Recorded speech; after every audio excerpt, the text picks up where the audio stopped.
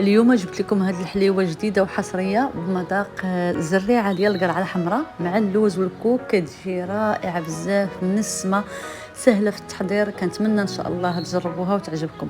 اول حاجه غادي ناخذ واحد 150 غرام ديال اللوز بقشور وخضر طحنته مزيان، 50 غرام ديال الزريعه ديال القرعه الحمراء حتى هي طحنتها بقشورها خضراء، 2 معلقات كبارين ديال الكوك، 2 معلقات كبارين ديال السكر كلاصي، 2 معلقات كبارين ديال الطحين.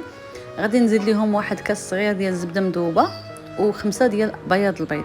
صافي غادي نخلط هاد المقادير كلها مزيان وغادي نديرها في هاد لي مول صغارين اللي دهنتهم بشويه ديال الزبده ورشيت عليهم شويه ديال الطحين.